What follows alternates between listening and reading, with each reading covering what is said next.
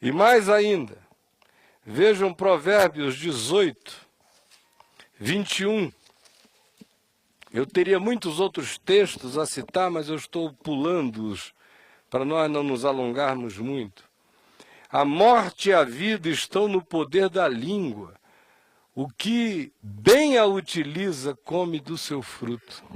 E o que mal a utiliza, come da sua miséria e do seu lixo. Mas a vida e a morte estão no poder da língua.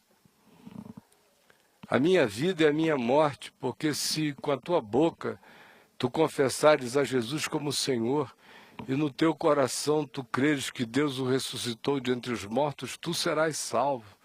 Está aqui, entre a boca e o coração acontece todas as coisas na vida do homem, para a vida e para a morte.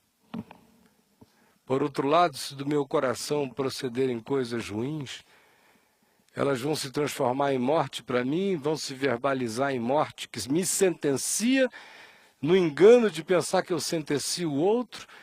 Frequentemente eu estou sentenciando o outro a sofrer aquilo que sobre ele eu julguei, mas espiritualmente, ainda que ele sofra na história, o meu susto eterno será ver que o juízo que eu lancei sobre ele caiu todo sobre mim e que ele foi absolvido, apesar de todas as mágoas e dores que carregou, dos males que sobre ele eu provoquei.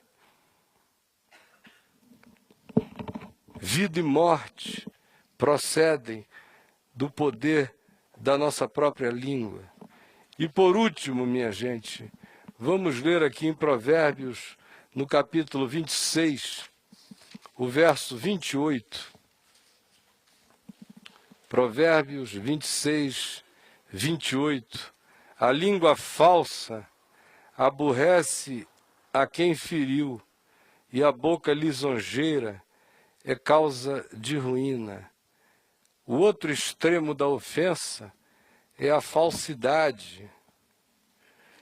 Às vezes a gente agride o outro, não apenas quando pronuncia contra ele alguma coisa que carrega a energia, a veemência da destrutividade. A destrutividade se oculta também na falsidade, no disfarce, no engano, no malogro que a língua produz.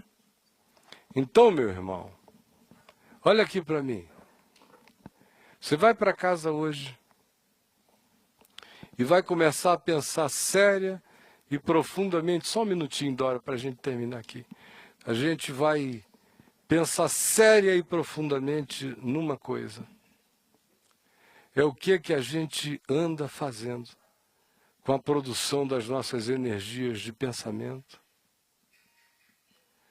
de emoção, de fala e de comportamento. Tudo isso começa numa inclinação espiritual, com uma propensão. É uma pequena determinação, é um pendor, é uma veneta, é uma penseira. Eu quero que seja assim. Aí isso começa a moldar os pensamentos. Aí eles viram um monobloco.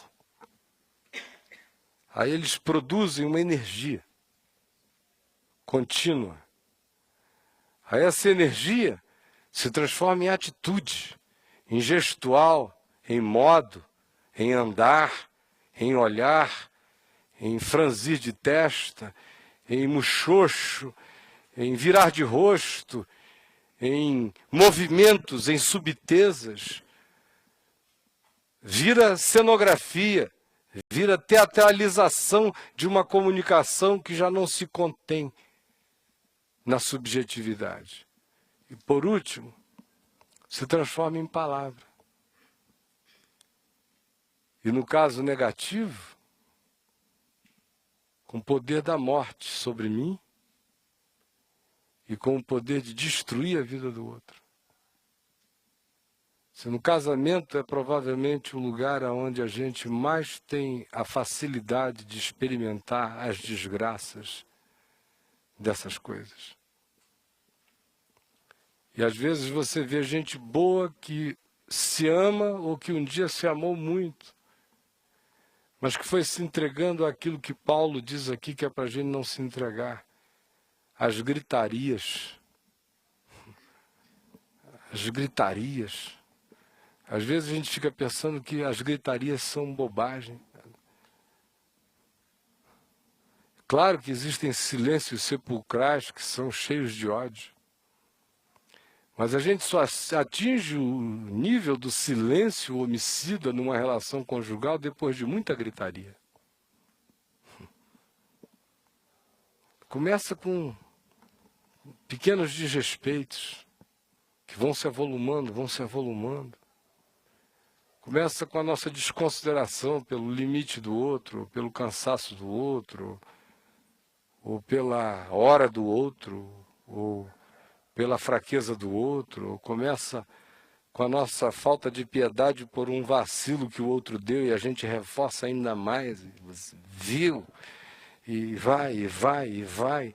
Daqui a pouco tem um poço no Golfo do México, vazando petróleo de ódio para todo lado, matando o ecossistema da conjugalidade, da família, a gente não sabe por quê.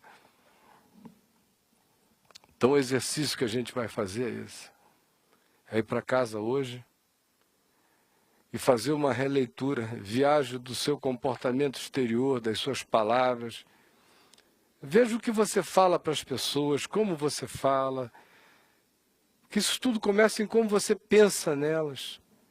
E veja se já não existe gente que está espetada como uma borboleta morta por um alfinete na parede da sua casa, naquele nível em que você diz, esta aqui receberá sempre esse tratamento, não importa o que aconteça. Veja quanta gente já está morta assim, ó, no seu estojinho de coleção de insetos humanos. Quanta gente você já botou lá, já espetou e já deixou o cara no teu voodoo. Com suas palavras, atitudes, energias. E tome a decisão de fazer isso hoje por duas razões. De fazer a coisa que desespeta o outro, que salva o outro.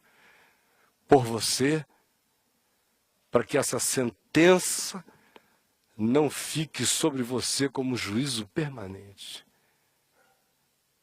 Como julgamento perene de Deus, de anjos e da sua própria consciência, que não lhe dará paz, que vai se somatizar em você de algum modo. Sem falar no elemento da constituição da sua própria eternidade, que está sendo construída por esse material que você fornece. E a segunda razão é por causa do seu próximo. Porque a nossa justiça tem que exceder a dos escribas e dos fariseus. E eles achavam que não matavam só quando não tiravam a vida física. Jesus acha que a gente tem o poder de matar, mesmo quando ninguém morre fisicamente, mas é psicologicamente desconstruído, é emocionalmente desfeito, é existencialmente desmontado por nós, perde o gosto da vida, se deprime, se arruína, porque a gente lança sobre ele os venenos que nos habitam. Cuidado, essa é a palavra do Evangelho que eu tinha a dizer a você hoje. Vamos ficar em pé e vamos orar.